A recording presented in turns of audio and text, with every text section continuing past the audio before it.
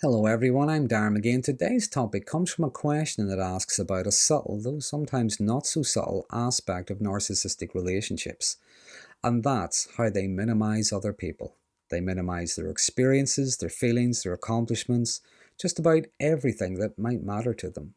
And this can have a detrimental effect on those who are exposed to it, because the minimizing isn't just a one-off comment. It's a pervasive and damaging pattern of behaviour which is closely tied to devaluing, gaslighting, and blame shifting. It's a form of psychological erosion because it erodes people's sense of self-worth, has them questioning their experiences, and is one of the reasons why so many people who have dealt with narcissists have described feeling as if they were just small, insignificant, or like they just didn't matter.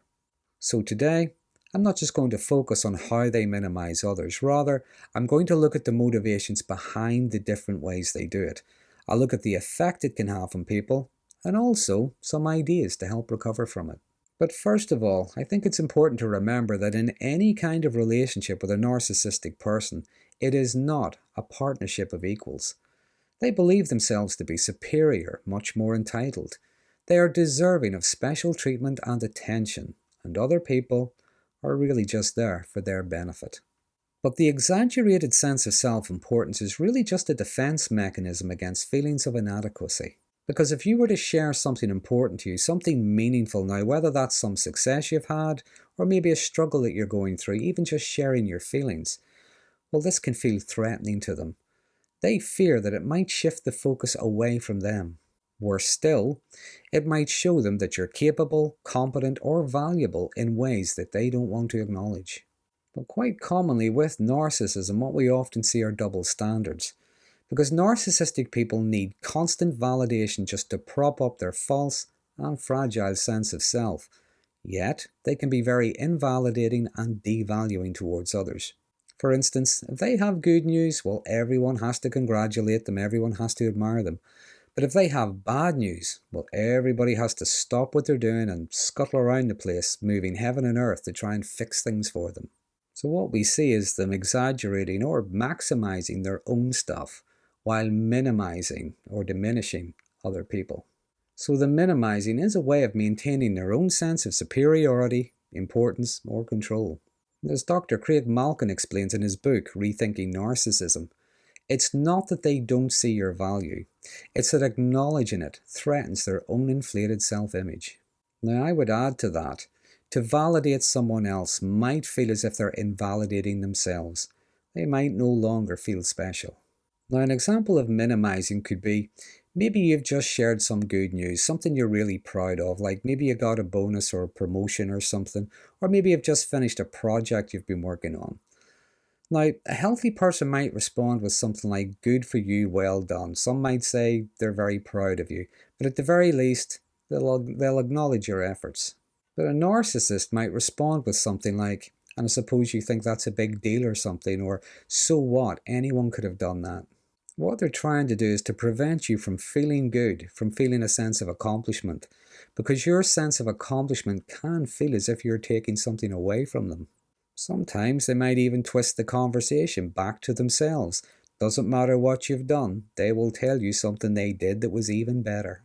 Similarly, they can criticize and downplay any skills or qualities that you might have. For instance, if you could play a musical instrument and they can't, well, they might tell you something like you only think you can play it. In fact, they'll probably tell you that others think you're not that good at it either. I think with the minimizing and the diminishing, what we're really seeing a lot of the time is their envy. Now, one of the diagnostic criteria for narcissistic personality disorder is believing that others are or should be envious of them, when in reality, they're often very envious of other people. In her book, Don't You Know Who I Am?, Dr. Ramani Durvasula states that narcissists tend to struggle with envy of other people's successes and their qualities. So instead of celebrating them, rather they downplay them to avoid confronting their own feelings of inadequacy or jealousy. But they will also downplay any effort you put into something. Usually you'll find some form of destructive rather than constructive criticism. For instance, in a work setting, you might complete a very difficult task or project and hear something like, well done for just doing your job, or Hey, you did a really good job. How did you manage that? So they're not just withholding praise, they are actively diminishing your efforts just to keep you in your place.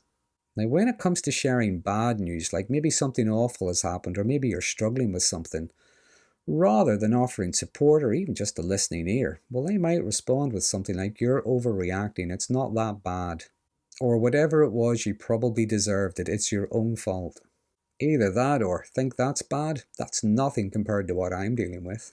And here we would see the lack of empathy, dismissing your feelings and making you feel like they're invalid or unimportant. Next, narcissistic people will devalue and diminish the impact of their behaviour on you.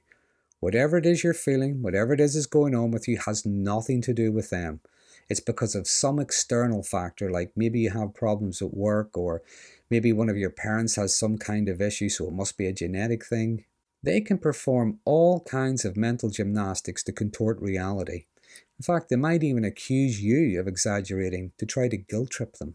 But it's really trivializing your experiences to avoid accountability or to have to avoid doing any kind of emotional work. Now, another way to minimize or diminish others whenever they feel challenged is to exaggerate how they communicate something. Even if you're speaking reasonably, well, they might claim that you're being aggressive or you're being condescending, or they might pretend to mishear something, say that you're mumbling or whatever. Anything at all that can diminish your argument.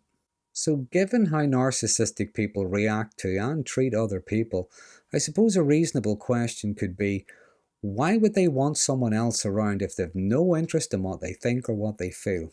Well, it's because narcissists cannot function in isolation. They actually need others more than others need them.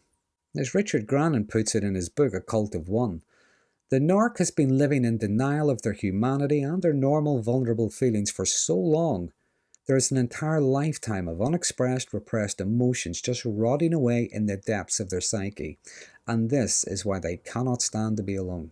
They need others to validate and admire them, to collude with their delusions and their fantasies, and this is known as narcissistic supply. They can't function without it. In fact, without it, they might go into a narcissistic collapse. So the minimizing can be part of getting their supply or avoiding the collapse. If you're succeeding or feeling good about something, they might feel their supply is being diminished. They need you to admire and be envious of them, and you're not going to do that if you're feeling good about yourself. So they minimize you to reassert control and to keep the spotlight on themselves. Now, if you're not feeling so good, or if you're maybe ill or struggling or whatever, well, this is like an inconvenience to them. In fact, you might even require something from them. So whatever it is you're struggling with, it shouldn't be that bad that it takes away your attention and your devotion from them. So when a narcissist minimizes you, it's a way to keep you feeling small, insignificant, and to keep you doubting yourself, just so that they can maintain dominance in the relationship.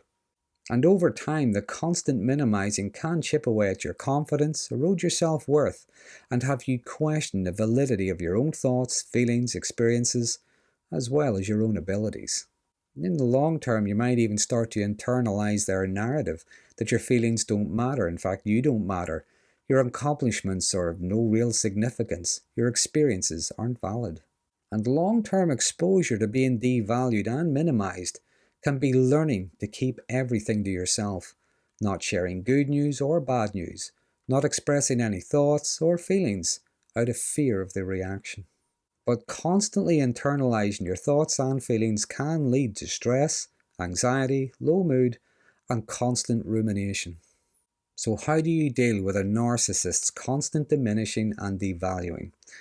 Well, first of all, it's by recognizing for what it is. It is not the truth, it's manipulation. It's a way of keeping you under a state of strain and in constant compliance. It's a way to keep you feeling inferior to them. Secondly, even if they won't respect them, then at least you recognize your boundaries. What's mine and what's yours. Remember, you are allowed to feel good about something. You're allowed to take time out if you need to rest or recover. And if something is important to you, then it's important to you, regardless of anyone's opinion. And don't waste your time trying to explain these things. Narcissistic people can be highly disagreeable as well as highly competitive, which is why they've always done something even bigger and better, or no one has ever had to suffer as badly as they have. They think they're the centre of the universe, and you should feel privileged to be allowed to be part of that universe. It is hard to reason with that kind of mindset, so you just pay attention to your own values, your own limits, your sense of integrity, and your own experiences. Reject their narrative. Again, as Richard Grannon says, rejoice in the no, have a no fest with a side order of no. Lastly, if you need validation, then seek it from people who genuinely value you, people who bring out the best in you, those that lift you up, not tear you down. So I often say, the antidote to toxic people is decent people. Their minimisation is a reflection on their own limitations and their own envy, not yours. Now, you have no control over them, you can't change them, but you do have control over you. You can learn to respond rather than react. You can learn to observe and not absorb. So to summarise, diminishing others is a form of psychological manipulation that is deeply rooted in a narcissist's fear of not being seen as superior. They'll minimise your pain, your ideas, your qualities, achievements, all out of fear of losing their sense of superiority, being held accountable, or even maybe just having to share the spotlight. They can throw a tantrum if you're feeling good and feel irritated if you're struggling. They can say no to anything you might need and struggle with you having any thoughts or feelings that don't have them as the focus. It's really just a reflection of how shallow and fragile their sense of themselves is. Now, there are many other examples of and reasons for the minimising that I could have added. As always, please feel free to add them in the comments section. There are some interesting conversations start from these videos. But I do hope you found this topic to be interesting, and if you did, please consider subscribing. And until next time, thanks for watching. The Narcissist's Prayer by Dana Craig. That didn't happen, and if it did, it wasn't that bad. And if it was, well, it's not that big a deal.